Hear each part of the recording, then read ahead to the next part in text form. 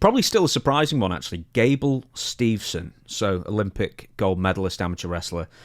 And we've been hearing about him for years now. He got a great big introduction at WrestleMania like a few years ago, saying, the great Gable Steveson, he's coming in, he's a WWE superstar, etc. Then we never saw the guy. So, there's something else I've not written about him as well. I mean, there's some bad timing with this, because if he'd been released 3 weeks earlier, he could have gone to the Olympic trials for the next Olympics, and just because of timing, he couldn't. WWE refused to let him go. Now he's too late for the trials, and now he's released, and now he's got nothing to do. But anyway, Gable Steveson has been released. I think it's just because he sucked at this. You just would have assumed he was great, but he just didn't graduate to it. Now, you said he sucks.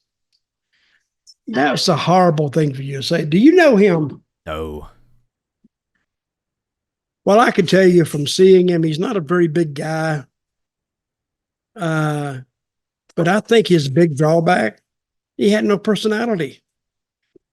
He was just a guy. He was great at amateur wrestling. Have you ever watched amateur wrestling? Yes, boring. Boring? Hell, it ain't that exciting. They get each other and just kind of, nothing happens. But for him to jump from amateur wrestling to pro, not everybody can do what Kurt Angle did. Kurt Angle understood what he needed to do.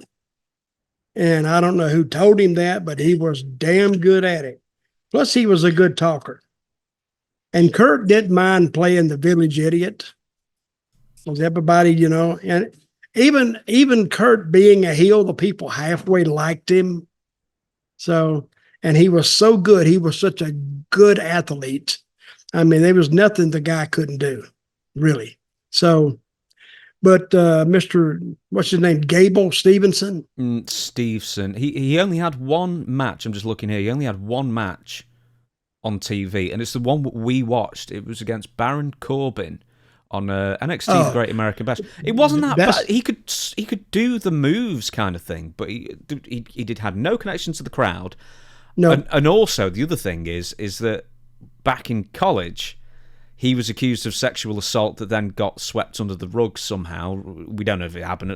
Only 2 people were in the room, that kind of thing, and it was dropped. Now, why would you bring that up? Does that have any relation to what we're talking to? Absolutely, because it does. Yeah, it does, because a lot of the fans knew it, and I think that was always going to dog him in pro wrestling with pro wrestling audiences. That just some people would just. The accusation was there, and where, as you always say, where there's smoke, there's fire. Who knows what happened, but in the minds of quite a lot of fans, they were never going to like him regardless of what he did. So that was always going to be a hindrance on him. I never heard that. I don't know. I just see what guys are accused of and what's actually true. I mean. And you would look at him and you wouldn't think he would do that. I mean, he doesn't look like the type who would actually force his way with a woman, with a female. It's always been my contention that if I have to wrestle a woman and fight with her to get her to do things, hell, I don't have the energy for that. I said, go away. Just leave me alone. I bought you a beer. I don't know what you want. But I didn't hear that stuff. But what hurt him is you got to understand what you're getting into. Just because he was a great amateur, and of course they're hoping that he'll get in there and he'll snap to it.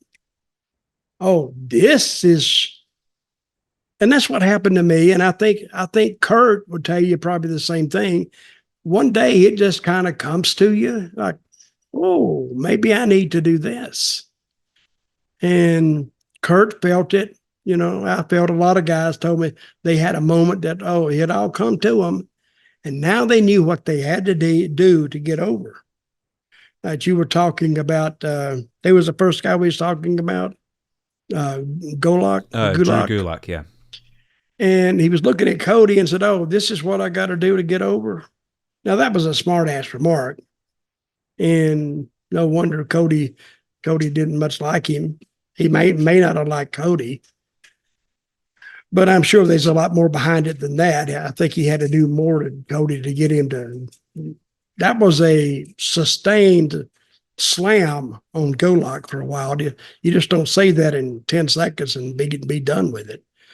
So, and I don't know him. I don't know. So back to that, I think the thing with Rhonda come out about him pulling her drawstring on her warm-up pants.